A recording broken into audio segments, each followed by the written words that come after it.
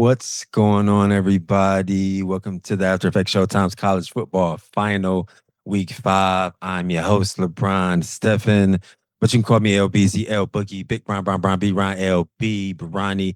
The choice is yours, and you know how we do. Let's just dive right into it, Week 5.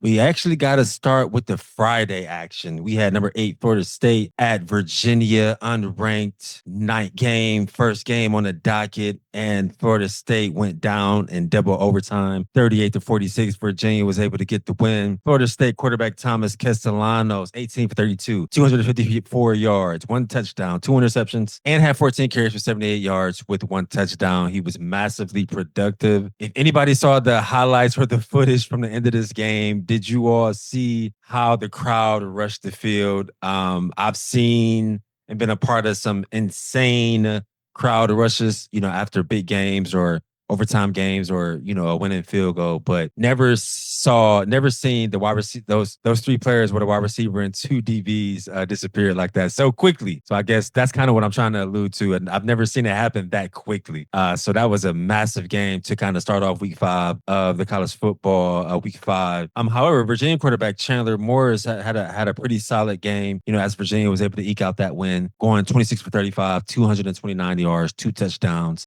However, did throw the ball away. 3 interceptions most of the time. When your starting quarterback has 3 interceptions, you just typically don't get the win. So Virginia was able to still figure it out. With that being said, Florida State did have over 200 yards rushing. I mean, they, seemingly kind of dominated the game, but just was not able to win. I would definitely say Virginia had the total team win. So shout out to Virginia. All right. First early games that we had at 12 p.m. the next day on Saturday, you had 21 USC at 23 Illinois. I remember this kind of being the after effect of week 4, how Illinois bounced back, after essentially getting clobbered by Indiana, right? And how would head coach Brett Bielema, keep those guys motivated to go 1-0 as they dropped from number 9 to 23. And, they came out and ball. They were able to beat USC 34-32. It was a great game, 41-yard field goal, walk-off field goal to win the game. Illinois quarterback Luke Atmeyer went 20 for 26, 328 yards and 2 touchdowns. Kind of played a flawless game, only having 6 incompletions and no interceptions. Also, with that being said, wide receiver Makai Lemon went crazy too, 11 receptions for 151 yards and 2 touchdowns.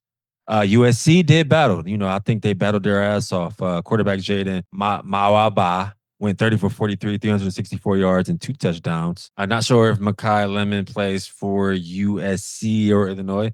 My notes may be wrong, so sorry about that. But all in all, just great Big Ten game. Kind of high scoring, 34-32, but ultra competitive and really, really, really good game to watch, I thought. In that same time slot, moving on, was number 16 Georgia Tech versus Wake Forest. Man, shout out to the running back coach at Wake Forest, Ephraim Reed. That's my dude.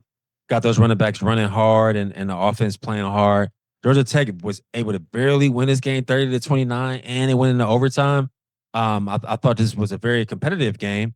A quarterback Haynes King went through for 243 yards, 2 touchdowns, and also I believe ran for 1. So Georgia Tech is kind of coming around that corner, finding ways to win. I keep seeing them in the win column every week. So excited to see Georgia Tech continue to get better as they kind of matriculate into ACC play. On that 3:30 slot had some really big games. You had number 4 LSU versus 13 Ole Miss. Excuse me. Ole Miss was able to win that game 24-19. I would say Ole Miss really dominated, in the run game and played really, really physical. I think that LSU had their moments. They had their moments where they could have won the game. And also on defense, they had Ole Miss 4th and 3. They had the chance to get the stop and get the ball back with 1:46 seconds left, but they weren't able to get the stop, and Ole Miss ran out the clock. I thought this was a very competitive game, but I could definitely see Ole Miss jumping into that top 5, top 8 after beating LSU, ranked 13, but LSU was ranked 4, so obviously LSU might drop out to top 10 or be right at 9 or 10, and I definitely think Ole Miss is gonna pass them. Next game we got on the schedule, definitely had to keep our eye on number 1 Ohio State playing at Washington.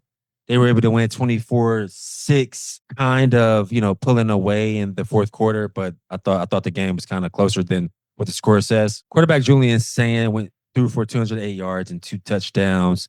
Wide receiver Jeremiah Smith had 8 catches for 81 yards and 1 touchdown. A linebacker, Arville Reese, had 5 tackles. But it seemed like that, especially in that first half, he was just all over the field. So seemed like a definitely a great team win for Ohio State. I'm interested to see, if they can continue to go 1-0. Now that Penn State has, lost, it'll be interesting to see what their goals are. Obviously continuing just to go 1-0 and staying focused. And ironically, that's a perfect segue into the two massive 7:30 night games. You had number 6 Oregon at number 3 Penn State in Happy Valley. All the white out, the white sea, white horses, white t-shirts everywhere. I played in that stadium at night in incredibly insane environment. And Oregon was able to go in there and get the win, man. 30-24, Oregon won. Quarterback Dante Moore went 29 for 39, 248 yards and 3 touchdowns. And on the opposite end, Drew Aller, quarterback from Penn State, went 14 for 25, 137 yards and 2 touchdowns. He did have 2 touchdowns, but kind of felt like Drew Aller, definitely could have played a better game, especially having the home crowd right behind him. And he also, threw a massively crazy interception, to lose the game. So very close game, very competitive Big Ten game. Was definitely rooting for both teams, but Oregon was able to figure that out and get that win. So, shout out to the Ducks. It'll be interesting to see. I have to look at the schedule. Not sure if Oregon plays Ohio State this year, but that was a massive 7:30 game and really good to watch. And last, but certainly not least, we had number 17 Alabama versus number 5 Georgia, and I think to a lot of people's surprise, Alabama was able to go into Athens and get the win 24-21. Quarterback Ty Simpson throwing for 276 yards, 2 touchdowns, and 0 interceptions. I think Ty Simpson, game management skills was really on display during this game versus Georgia. And also, not throwing any picks in that stadium, that's definitely going to give your team a chance to win, versus Georgia. They're a very tough team to beat at home. And on the other end, Gunnar Stockton only threw for 130 yards. I think he had 1 touchdown. So I mean, wow, who would have thought Ty Simpson would outplay Gunnar Stockton, right? I really thought this was a very impressive win for Alabama. Like I've been talking about in our other weeks, there were all these rumblings that Alabama was not the same team anymore. They didn't have the same thump anymore. Nick Saban isn't there anymore. Guys, go to Tuscaloosa and aren't scared to play them. And what do? They stick together. They focus on growth and development. And, they go on Athens to get the win, man. So I could definitely see Alabama jumping up from 17 to maybe top 10 or maybe right at 10 with that massive win. And then now, I think everyone's eyes are, a lot wider, on Alabama because, they were able to go into that critical environment and get the win.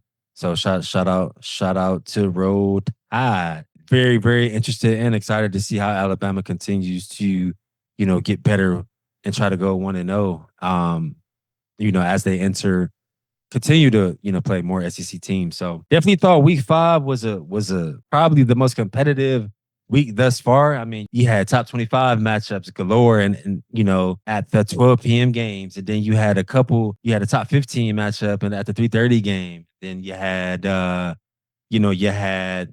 top 6 matchup Oregon versus Penn State, and then a top 17 matchup versus Alabama Georgia.